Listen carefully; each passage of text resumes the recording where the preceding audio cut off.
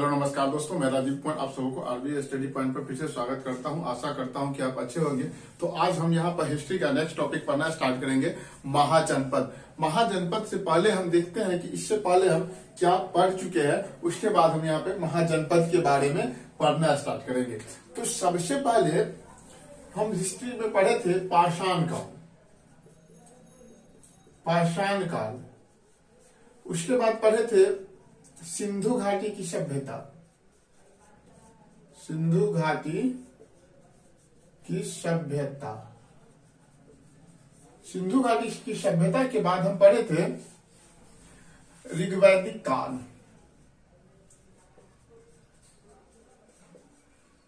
ऋग्वैदिक काल के बाद हम आज पढ़ना स्टार्ट करेंगे महाजनपद काल। ठीक है, तो यहाँ पे महाजनपद काल, सबसे पहले इसका कालक्रम देख लेते हैं। तो सिंधु पाषाण काल का जो कालक्रम है वो लमसम आज से 2500 ईसा पूर्व, यानी लमसम इसको सिंधु घाटी का 2350 से लेकर के 1750 बीसी में पढ़ना था। और यहाँ पे पढ़ना था हमें ऋग्वैदिक काल, सॉरी यहाँ पर ऋग्वैदिक काल के बाद एक होगा उत्तर वैदिक काल। वैदिक काल, ठीक है, उत्तर वैदिक काल। तो सिंधु घाटी सभ्यता हम पढ़े थे 2350 से 1750 बीसी। इससे पहले हम पढ़े थे पाषाण काल। ठीक है, ऋग्वैदिक काल में हमको यहां से 1600 बीसी से 1000 बीसी, ठीक है। और उत्तर वैदिक काल में हम 1000 बीसी से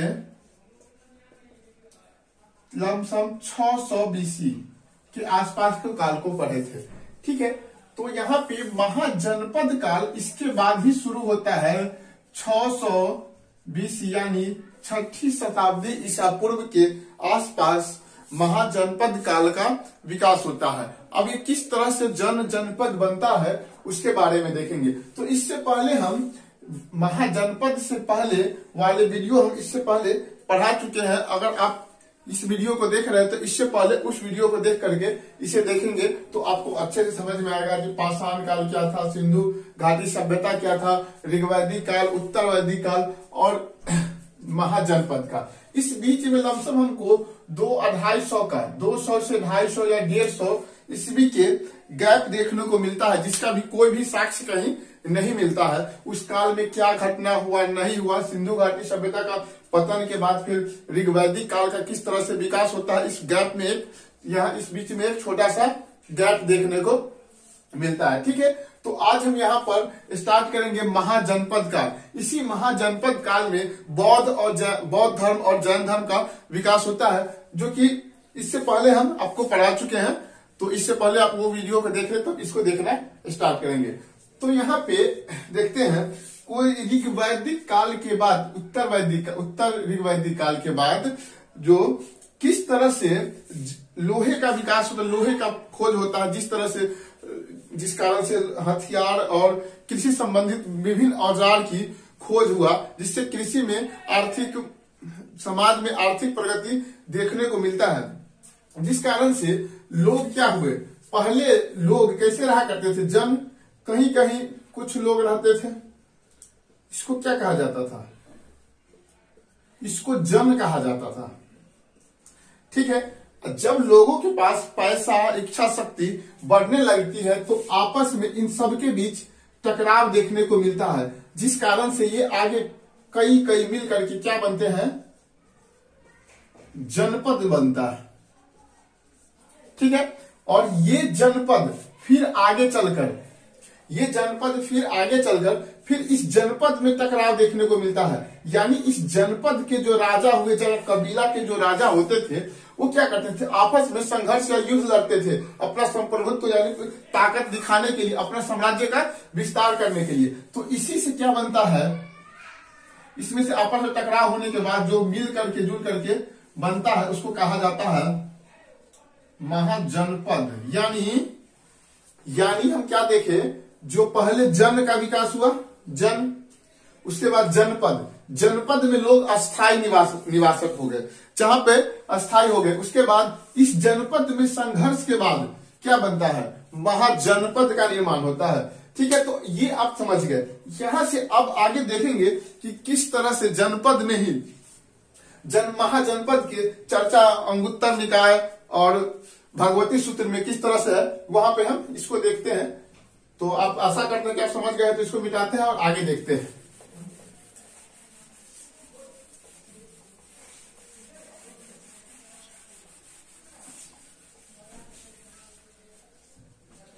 ठीक है, तो महाजनपद के बारे में जो जानकारी मिलती है उसका हम स्रोत देखते हैं। तो आप यहां एक टॉपिक लिखिएगा, महाजनपद के स्रोत, महाजनपद के स्रोत। ठीक है, महाजनपद के स्रोत दो ग्रंथ से देखने को मिलता है। एक था अंगुत्तर निकाय और एक था भगवती सूत्र। तो अंगुत्तर निकाय जो बौद्ध धर्म की एक ग्रंथ है, बौद्ध धर्म का ग्रंथ है अंगुत्तर निकाय। ठीक है, और जैन धर्म का एक ग्रंथ है, जैन धर्म का एक ग्रंथ है भगवती सूत्र।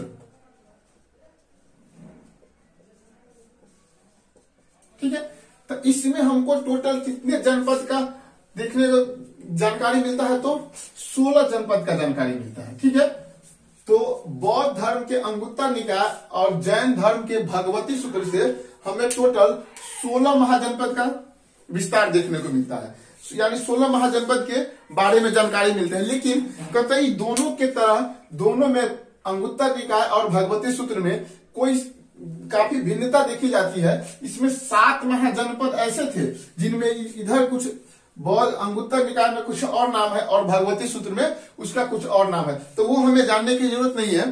सीधे आपको ये याद रखना है कि महाजनपद के बारे में जानकारी अगर पूछे बौद्ध धर्म के किस ग्रंथ से मिलता है तो अंगुत्तर निकाय से, और जैन धर्म के किस ग्रंथ से मिलता है तो भगवती सूत्र से हमको प्राप्त होता है। ठीक है, तो इस दोनों में भिन्नता देखी जाती है। इसमें कितने जनपद में भिन्नता है आपको ये याद रखना है, 7। इसमें 2 जनपद ऐसे थे जो भारत से बाहर थे और बाकी बात 14 जनपद ऐसे थे जो भारत में थे। ठीक है, तो आप साथ साथ लिखते भी चलेंगे। ठीक है, यानी अंगुत्तर निकाय और भगवती सूत्र में टोटल 16 महाजनपद की चर्चा है, जिसमें 7 में भिन्नता देखी गई है। लेकिन सबसे प्रमाणित किसको माना जाता है तो अंगुत्तर निकाय को माना जाता है। ठीक है, लेकिन अगर आपसे एग्जाम में पूछा जाए तो दोनों पूछा जाता है, अंगुत्तर निकाय हो या भगवती सूत्र हो, लेकिन वहां पर डायरेक्ट आपको दिया रहेगा कि जैन धर्म के किस अति से मिलता है तो अंगुत्तर निकाय से, और बौद्ध धर्म के किससे तो भगवती सूत्र से हमको जानकारी प्राप्त होता है। ठीक है, आशा करता हूं कि आप लोग ज्यादा अच्छे से समझ रहे होंगे और इसको साथे साथे नोट बनाते चलेंगे। ठीक है,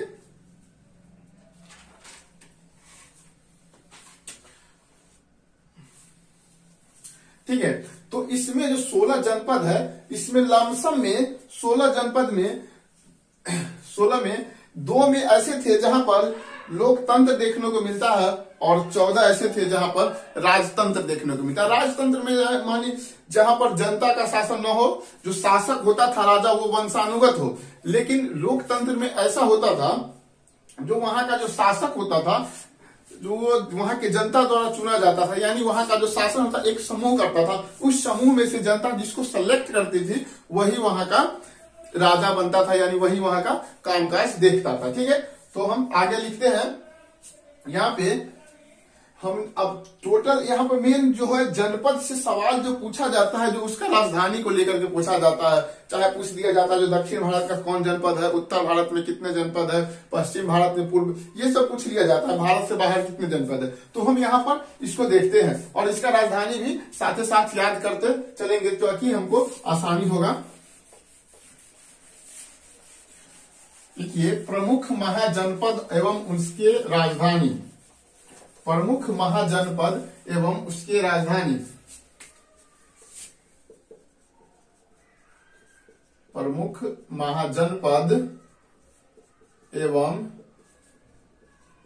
उसकी एवं उसकी राजधानी, ठीक है, प्रमुख महाजनपद एवं उसकी राजधानी। तो हम यहां से सबसे पहले स्टार्ट करते हैं मगध महाजनपद से, यानी बिहार में टोटल 3 महाजनपद है, उसमें से हम स्टार्ट करते हैं मगध महाजनपद से, ठीक है।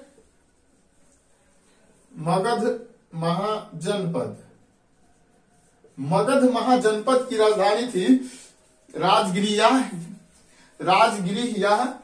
गिरिव्रज, गिरिव्रज या राजगिरी, ठीक है, राजगिरी या गिरिव्रज, ठीक है, जो कि ये अभी तक दक्षिण बिहार के इलाका में पटना गया साइड में पड़ता है। जो अभी वर्तमान स्थिति है मगध महाजनपद का, जो अभी जो करंट में जो बिहार का जो ज्योग्राफिकल है, उसमें कहां पर पाया जाता है, ये तो पटना और गया, पटना और गया वाले एरिया में मगध महाजनपद का विस्तार देखा जाता है। उस समय का यह सबसे शक्तिशाली जनपद था,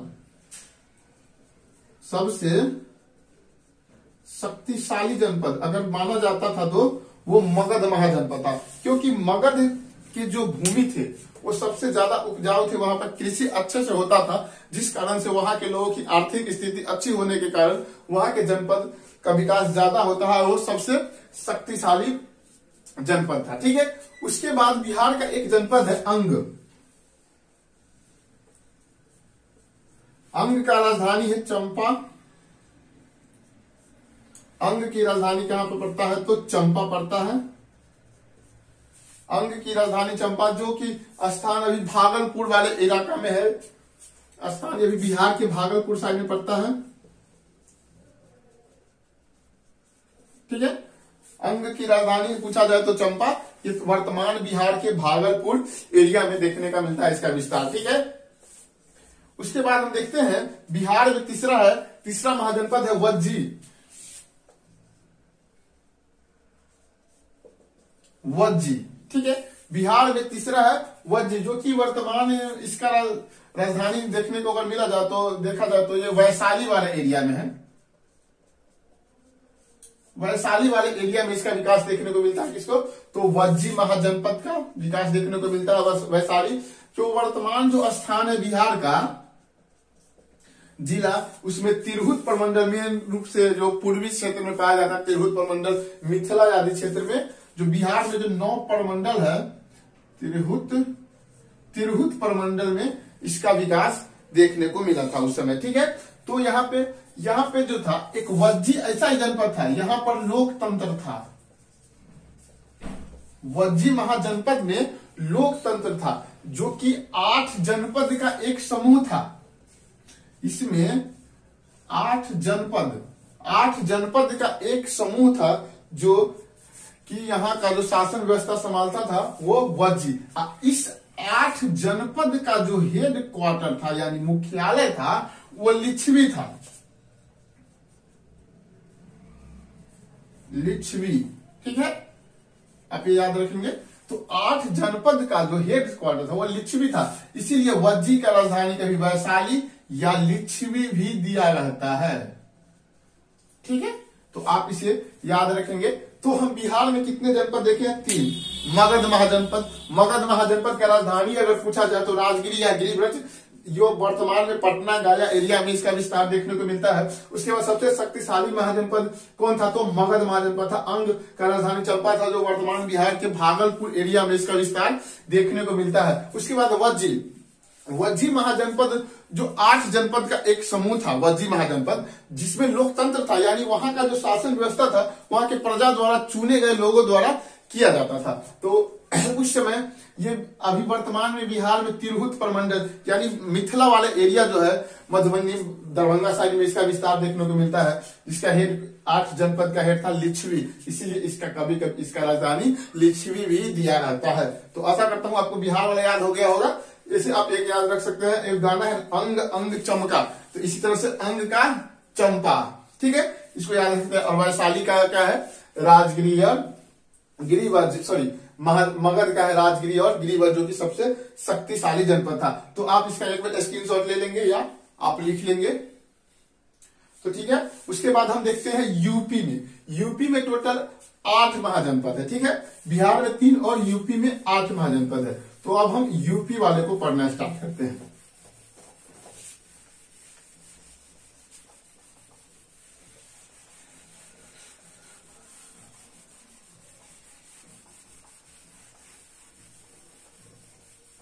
अब हम यूपी में महाजनपद, यूपी में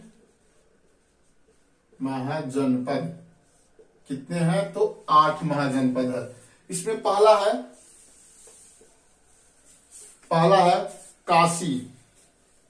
काशी महाजनपद, इसकी राजधानी कौशाम्बी। काशी महाजनपद की राजधानी कौशाम्बी, सॉरी कौशाम्बी नहीं होगा, काशी का वाराणसी होगा, सॉरी मिस्टेक हो गया, काशी वाराणसी, काशी महाजनपद का राजधानी वाराणसी हो गया। उसके बाद कौशल, वाराणसी साइड में पड़ता था ये। उसके बाद कौशल का हो जाएगा श्रावस्ती,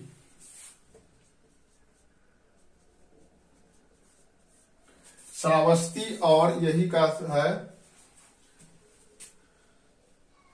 कौशल महाजनपद का राजधानी हो गया श्रावस्ती, और इसी का एक राजधानी और था साकेत, ठीक है ना। तो कौशल महाजनपद को 2 भागों में बांटा गया था, एक था नॉर्थ और एक था साउथ, यानी एक उत्तरी में और एक दक्षिणी में। तो उत्तरी का जो राजधानी था वो श्रावस्ती था और दक्षिणी का जो राजधानी था वो साकेत था, ठीक है ना। तो यहाँ पर यूपी में 2 महाजनपद हम पढ़े हैं, काशी का वाराणसी, कौशल का श्रावस्ती और साकेत। यहाँ पर अगर कौशल में नॉर्थ की राजधानी की बात किया जाए तो श्रावस्ती, और साउथ की राजधानी की बात किया जाए तो साकेत था। उसके बाद आता है मल्ल महाजनपद, ठीक है, मल्ल महाजनपद। दूसरा तीसरा में मल्ल महाजनपद का राजधानी था कुशीनगर। मल्ल महाजनपद का राजधानी कुशीनगर, जो वर्तमान के यूपी के देवरिया जिला साइड में इसका विस्तार देखने को मिलता है। स्थान अगर पूछ दिया जाए वर्तमान में तो यूपी के देवरिया में इसका, देवरिया कहां पे? यूपी में इसका विस्तार देखने को मिलता है। यहीं पे मल्ल महाजनपद में, यहीं पे गौतम बुद्ध की मृत्यु हुई थी। यहीं का एक व्यक्ति था चुंदा नामक व्यक्ति, जो कि गौतम बुद्ध को एक भोजन देता है, जिस कारण से उसका तबियत खराब हो जाता है और गौतम बुद्ध की मृत्यु यहीं पे हो जाती है। तो मल्ल महाजनपद में हो जाती है, ठीक है। उसके बाद चौथा नंबर पर देखेंगे हम, चौथा नंबर पर वत्स तो देख चुके हैं नहीं, हाँ, चौथा पे वत्स है। वत्स की राजधानी हो गया, चौथा वत्स महाजनपद की राजधानी हो गया कौशाम्बी। वत्स महाजनपद की राजधानी हो गया कौशाम्बी। ऐसे आप इसको एक ट्रिक से याद रख सकते हैं, वत्स तेरे कोष कोष भरे रहे, भगवान नहीं बोलते हैं वत्स तेरे कोष कोष भरे रहे, आशीर्वाद देते हैं, तो उसी तरह से वत्स कौशाम्बी, ठीक है। तो यूपी में हम 8 जनपद में हम 4 पढ़े, 4 के बांट करके इसको 2 भागों में पढ़ लेंगे तो आपको आसानी से इसको याद करने में कठिनाइयां नहीं होगा। इसकी राजधानी तो हर हाल में याद होना चाहिए कि यहां से डायरेक्ट क्वेश्चन पूछा जाता है, ठीक है। तो काशी का वाराणसी हो गया, काशी का राजधानी वाराणसी, कौशल श्रावस्ती या साकेत, श्रावस्ती हो गया नॉर्थ का, साकेत हो गया साउथ का, और मल्ल महाजनपद की राजधानी हो गया कुशीनगर। एक आप मल्ल युद्ध के बारे में पढ़े होंगे, तो वहां पे चाहे आगे पढ़ेंगे, मल्ल युद्ध होता था वो, देखिए मल्ल युद्ध यानी कुश्ती लड़ा जाता था, मल्ल से कुशीनगर, मल्ल युद्ध कुशीनगर, स्थान देवरिया, वत्स तेरे कोष कोष भरे रहने, वत्स कौशाम्बी, ठीक है। उसके बाद 5वां महाजनपद था यूपी में, 5वां महाजनपद था पंचाल, नहीं सॉरी 5वां पंचाल कुरु, हाँ कुरु महाजनपद जो कि इंद्रप्रस्थ स्थान, ये दिल्ली वाला इलाका था, कुरु महाजनपद, कुरु का इंद्रप्रस्थ राजधानी था इसका। वर्तमान में ये दिल्ली साइड में पड़ता है।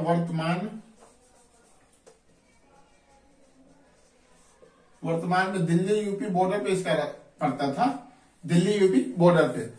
तो कुरु इंद्रप्रस्थ, ठीक है। उसके बाद इसी में कुरु इंद्रप्रस्थ में ही आगे चल के महाभारत के बारे में देखने को मिलता है, ठीक है। उसके बाद पंचाल, छठा पे पंचाल की राजधानी अही क्षेत्र, पंचाल की राजधानी अही क्षेत्र। उसके बाद आता है सूरसेन की राजधानी मथुरा। अब सूरसेन की राजधानी मथुरा। और आठवां पे आता है चेदी के लिए शक्तिमती, ठीक है। किसी भी चीज में आपको अगर होल करना हो या छेद करना हो तो उसके लिए शक्ति की जरूरत है, आपको इस ट्रिक से याद कर सकते हैं। चेदी तो शक्तिमती। सूरसेन मथुरा, भगवान कृष्ण का जो निवास स्थान था वो सब मथुरा साइड में ही माना जाता है। वहां पे इनके मामा जी थे कंस, उनका हत्या किया गया था। तो इसे आप सूरसेन, जो कि एक राक्षस, सूर एक तरह से राक्षस का बोध होता है, मथुरा, तो यानी सूरसेन का मथुरा। आप इस तरह से कॉमन सेंस या छोटा मोटा ट्रिक बनाकर खुद से बना लेंगे, याद कर सकते हैं। उसका पंचाल का अहि क्षेत्र और कुरु का इंद्रप्रस्थ, ठीक है। तो 8 महाजनपद हम कहा देख चुके हैं, यूपी में देख चुके हैं, ठीक है। कुरु, इंद्रप्रस्थ, पंचाल, अहि क्षेत्र, सूरसेन, मथुरा, चेदी, शक्तिमती और काशी, वाराणसी, कौशल, श्रावस्ती, मल्ल महाजनपद, कुशीनगर, अवत्स, कौशाम्बी, वत्स, तेरे कोस भरे रहे। अब इस तरह से याद कर सकते हैं, ठीक है। तो ये हम बिहार और यूपी में टोटल कितने महाजनपद पढ़ लिए? 11 महाजनपद पढ़ लिए। यानी अब हमको केवल कितना महाजनपद पढ़ना याद करना है? 5 महाजनपद याद करना है, ठीक है। तो अब हम यहां पे देखते हैं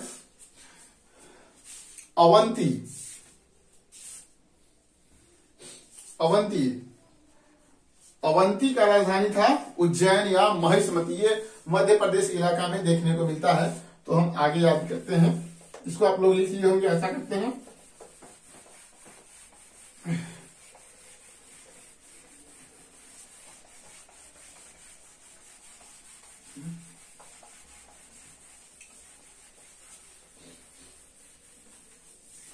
तो हम यहाँ पे 8, 3, 11 महाजनपद पढ़ लिए। अगला हम 12वां लिखते हैं अवंती।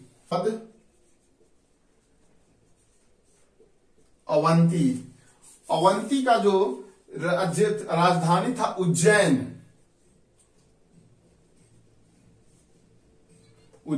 और इसी को कहा जाता था महिष्मती। इसका एक और राजधानी था उज्जैन और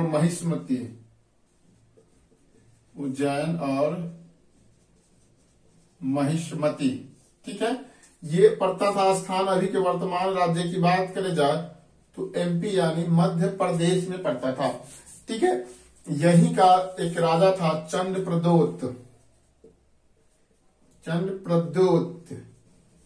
जिसको उपचार के लिए जीवक नामक वैद्य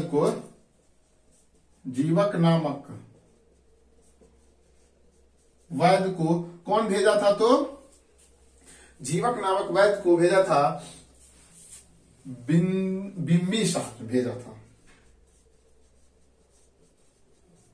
अगर बात की जाए इसकी शक्तिशाली की, तो मगध के बाद सबसे शक्तिशाली जनपद अगर महाजनपद कोई था तो वो अवंती था। लेकिन सबसे शक्तिशाली महाजनपद मगध महाजनपद था। उसके बाद यहां पर आता है मत्स्य महाजनपद। मत्स्य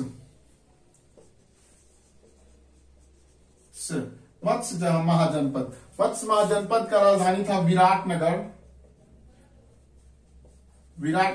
आप एक याद इसको इस ट्रिक से कर सकते हैं कि सबसे बड़ी मछली ब्लू व्हेल होता है, इसलिए मत्स्य महाजनपद का राजधानी विराटनगर होता है, ठीक है। इस तरह से आप याद कर सकते हैं। उसके बाद ये वर्तमान में मत्स्य महाजनपद पड़ता है राजस्थान में।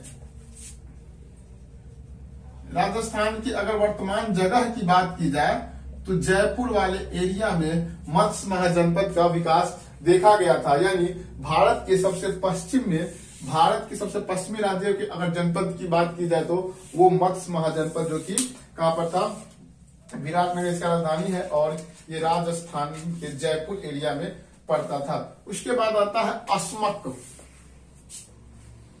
14 पे आएगा अस्मक, अस्मक महाजनपद। अस्मक महाजनपद का राजधानी अगर पूछा जाए तो पोटली, पोटली था। वे वर्तमान में आंध्र प्रदेश वाले एरिया में इसका विस्तार देखा गया था। आंध्र प्रदेश यानी दक्षिण भारत की एकमात्र महाजनपद था, वो था अस्मक महाजनपद, जिसकी राजधानी पोटली हुआ करती थी, जो कि दक्षिण भारत का एकमात्र महाजनपद था। ठीक है, तो ये भारत में टोटल 14 महाजनपद हो गया। ठीक है, उसके बाद भारत से बाहर 2 महाजनपद है। ठीक है, उसमें एक आता है कौशल, एक आता है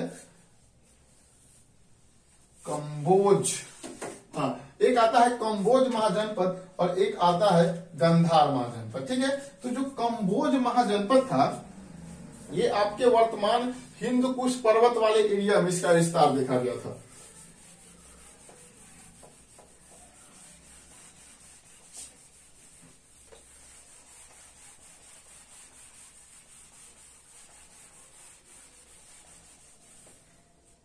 ठीक है, तो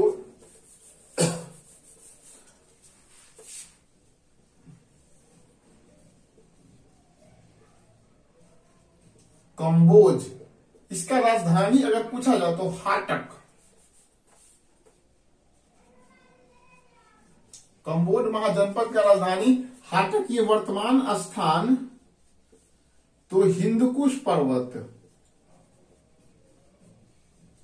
हिंदकुश पर्वत जो कि भारत पाकिस्तान का बॉर्डर एरिया है, उसके आसपास इसका विस्तार देखा जा सकता था। यानी पाक एंड अफगानिस्तान, अफगानिस्तान बॉर्डर पे किसका, कंबोज महाजनपद का विस्तार देगा। अब देखिए, कंबोज का राजधानी था हाटक, तो इसके लिए एक सिंपल सा ट्रिक बनता है। अफगानिस्तान में इसका भी अभी तालिबान का शासन था, उससे पहले वहां पर अमेरिकी सैनिक था, तो वहां पर अमेरिकी सैनिक का जो बोझ था ना वो बहुत कम था, इसीलिए कंबोज को सीधा हटा दिया। कौन, तो तालिबान हटा दिया। आपको इस तरह से याद कर सकते हैं, कंबोज का हाटक, कंबोज हाटक, यानी हिंदकुश वाले एरिया में भारत अफगानिस्तान पाकिस्तान के बॉर्डर पर इसका विस्तार देखा जाता है। यानी जो 16 महाजनपद है उसमें अगर सबसे पश्चिमी जनपद महाजनपद की बात की जाए तो वो कंबोज है। ठीक है, वहीं पे 16वां महाजनपद था गंधार, गंधार महाजनपद। इसकी राजधानी थी तक्षशिला, जो कि अपने शिक्षा के लिए विख्यात था।